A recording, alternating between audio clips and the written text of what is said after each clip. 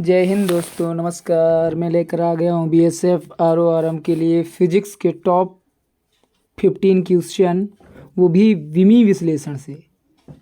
यहाँ से 100% एक क्वेश्चन तो आएगा ही। सो चलते हैं अपने स्क्रीन पे जो पहला आपका क्वेश्चन लिखा है और इसे क्वेश्चन को देखते हैं। इसमें लिखा गया है ऐसा युग्म चुनिए जिनकी विमाएँ समान हैं। ठीक है, ऐसा युग्म चुनिए जिनकी विमाएँ समान है। तो पहला जो ऑप्शन दिया गया है दाब और प्रतिबल। जो आपकी दाब की विमा होती है वही प्रतिबल की विमा होती है। जैसे दाब की विमा आप निकालेंगे तो P बराबर F/A। तो जो बल की विमा होगी MLT-K2 अपॉन जो अपनी क्षेत्रफल की विमा होती है वो होती है L²।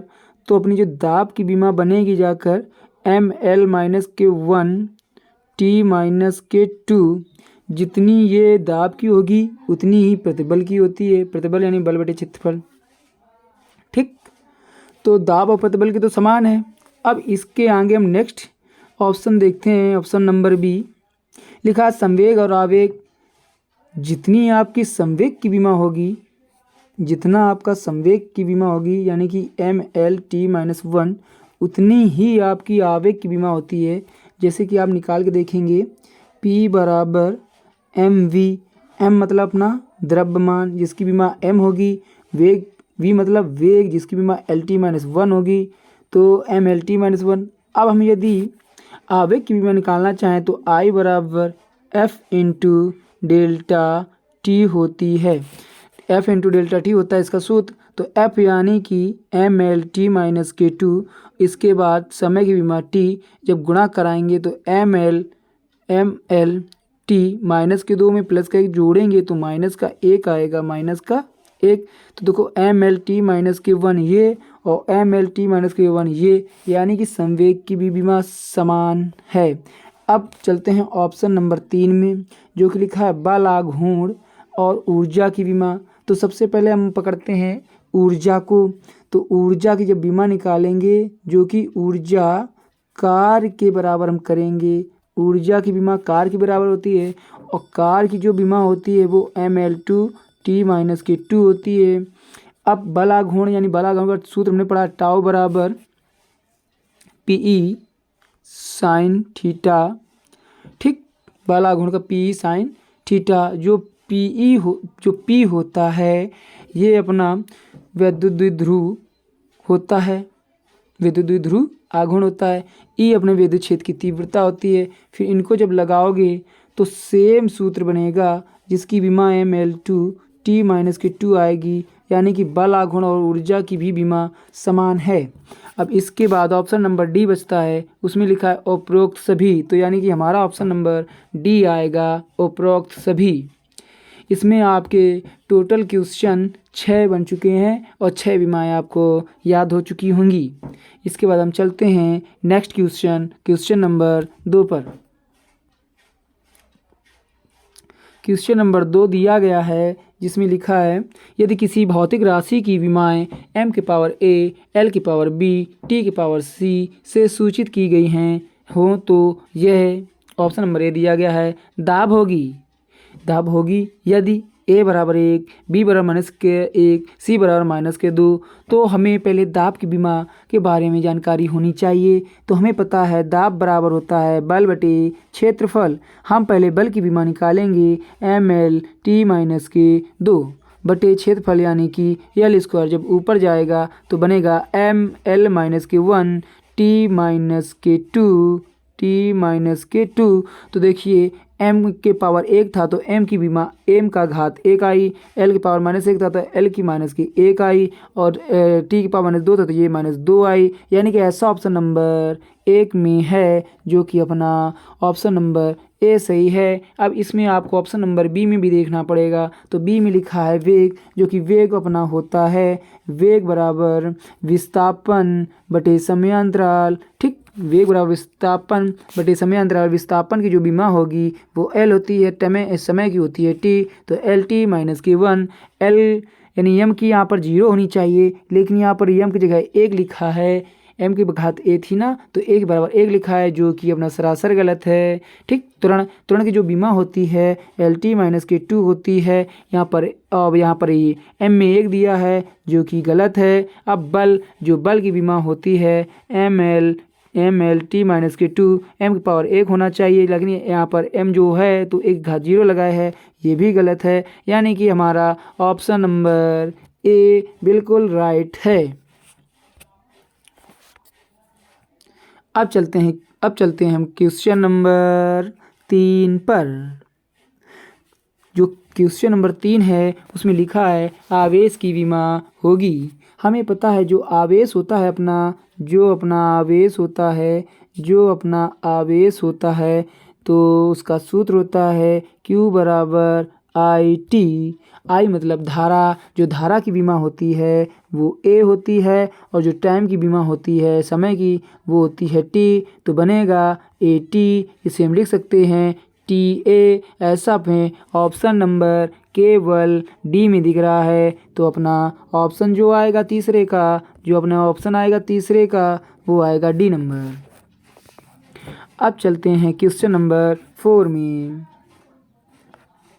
क्वेश्चन नंबर 4 दिया गया है, यानी चौथा दिया गया है, किसी नलिका से बहने वाले द्रव के क्रांतिक वेग VC की विमाओं को n की पावर x, p की पावर y, r की पावर z से निर्दिष्ट किया जाता है, जहां n, p तथा r क्रमशः द्रव का सान्यता गुणांक, द्रव घनत्व तथा नलिका की त्रिज्या है, तो x, y, z का मान होगा। तो ऐसा हमें केवल ऑप्शन नंबर 1 ही होता है, जो कि क्रांतिक वेग का जो विमा होती है वो ML-1T-1 होती है। तो ऐसा हमें ऑप्शन नंबर D में ही मिल रहा है कि 1, -1, यानी ऑप्शन नंबर D।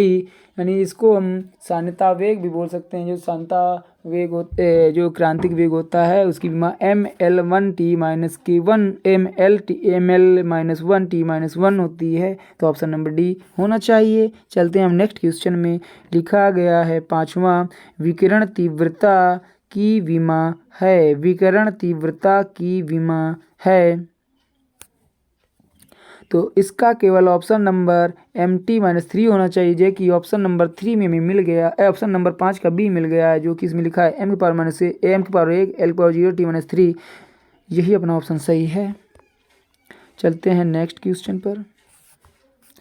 छठवां बोला है उसने कि यदि L तथा R क्रमशः प्रेरकत्व तथा प्रतिरोध को प्रदर्शित करते हैं तो L/R की विमाएं होंगी। यह आपको हमेशा रट के रखना है। L/R की जो विमा होती है वो टाइम के बराबर होती है, यानी कि समय के बराबर होगी। ऐसा ऑप्शन नंबर केवल ऑप्शन नंबर C दिख रहा है।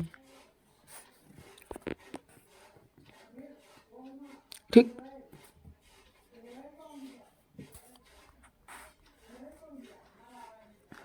अब इसमें हमें 6 के बाद हमें क्वेश्चन नंबर क्वेश्चन नंबर 7 देखिए। लिखा है यदि प्रकाश का वेग c, गुरुत्वाकर्षण नियतांक g तथा प्लांक नियतांक h को मूल मात्रक माना जाए, तब नई पद्धति में द्रव्यमान की विमा होगी। द्रव्यमान की विमा हमें बतानी है। तो हमारे 7वें का जो ऑप्शन होगा वो ऑप्शन नंबर C होना चाहिए, यानी C की पावर 1/2, G की पावर -1/2 और H की पावर 1/2। ठीक है। अब हम चलते हैं क्वेश्चन नंबर 8 में, जो कि दिया गया है यदि C तथा R क्रमशः धारिता और प्रतिरोध को प्रदर्शित करें तो RC की विमाएं होंगी। तो जो RC की विमा जो होगी ना वो टाइम के बराबर होगी। देखो, क्योंकि हमें पता है XC बराबर 1/ωc। ठीक, XC को हम एक प्रकार से R मान सकते हैं कि नहीं, क्योंकि ये प्रतिरोधकता होती है, तो इसे हम प्रतिरोध मान सकते हैं R। तो ये हमने R जब मान लिया तो 1/ωc। अब जब ओमेगा को उधर ही रखो और C को उधर ले आओ तो RC बराबर 1/ω। अब ओमेगा को उल्टा करो तो ओमेगा जो ओमेगा की आपकी जो विमा होती है वो किसके बराबर होती है, ओमेगा जो आवृत्ति की यानी टी इनवर्स। तो इसमें जब टी इनवर्स लिखेंगे जब ऊपर जाएगा तो बनेगा टी, यानी समय के बराबर हो जाएगी, समय के बराबर। तो ऐसा केवल ऑप्शन हमको मिल रहा है 8वें का बी, तो 8वें का बी।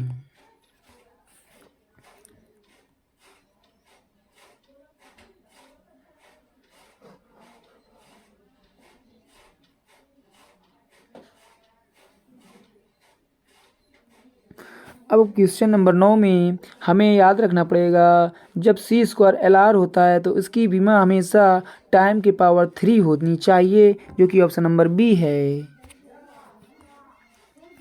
अब आ जाइए गुप्त ऊष्मा, कह रहा गुप्त ऊष्मा का विमी सूत्र है। तो सबको गुप्त ऊष्मा का विमी सूत्र रटा रहता है कि m के power 0 L2 T minus Q2। तो ऐसा हमें केवल ऑप्शन नंबर एक ही मिला है, जो कि ए नंबर है। आयतन प्रत्यास्थता का विमी सूत्र है। अब आपको याद होना चाहिए, जो आयतन प्रत्यास्थता का विमी सूत्र होगा, जो आयतन प्रत्यास्थता का विमी सूत्र होगा वही दाब का होगा, वही आपके प्रतिबल का होगा।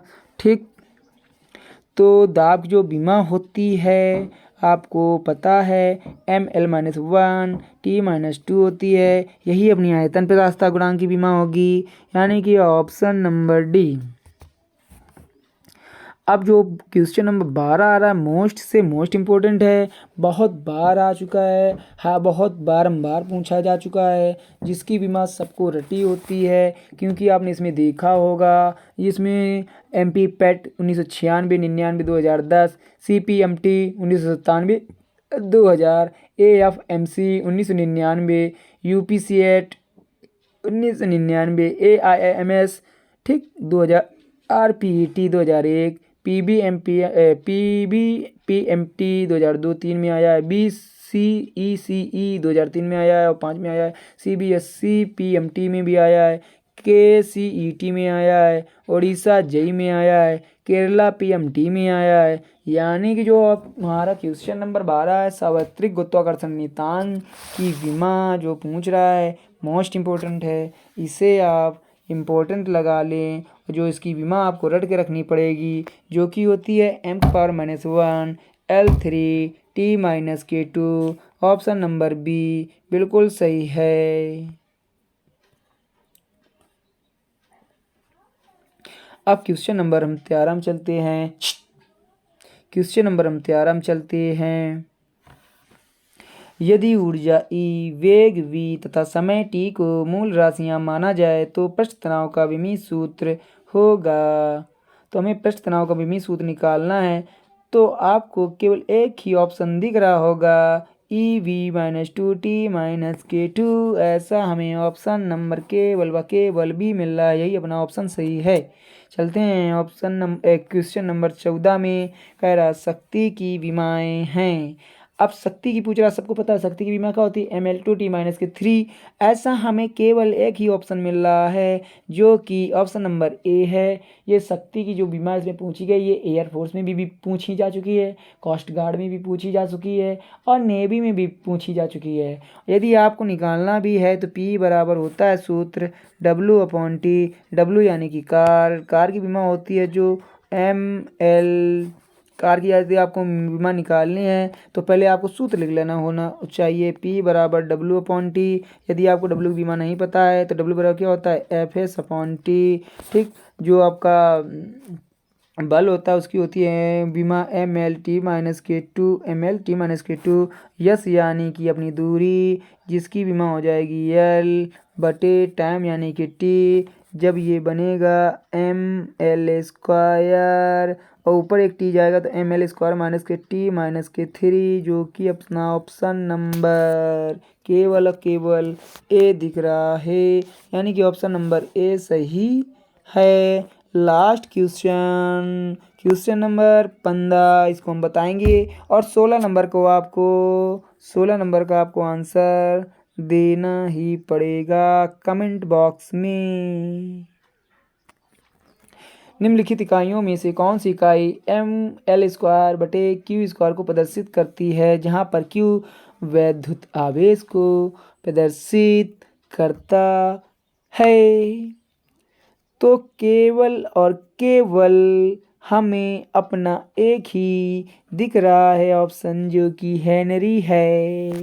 ऑप्शन नंबर 15 का ए सही है। क्वेश्चन नंबर 16 को आपको कमेंट बॉक्स में इसका उत्तर देना है। जो कमेंट बॉक्स में पहले उत्तर देगा उसको हम अगले वीडियो में उसका नेम पुकारेंगे। सो दोस्तों, जय हिंद, जय भारत। आपका दिन मंगलमय हो।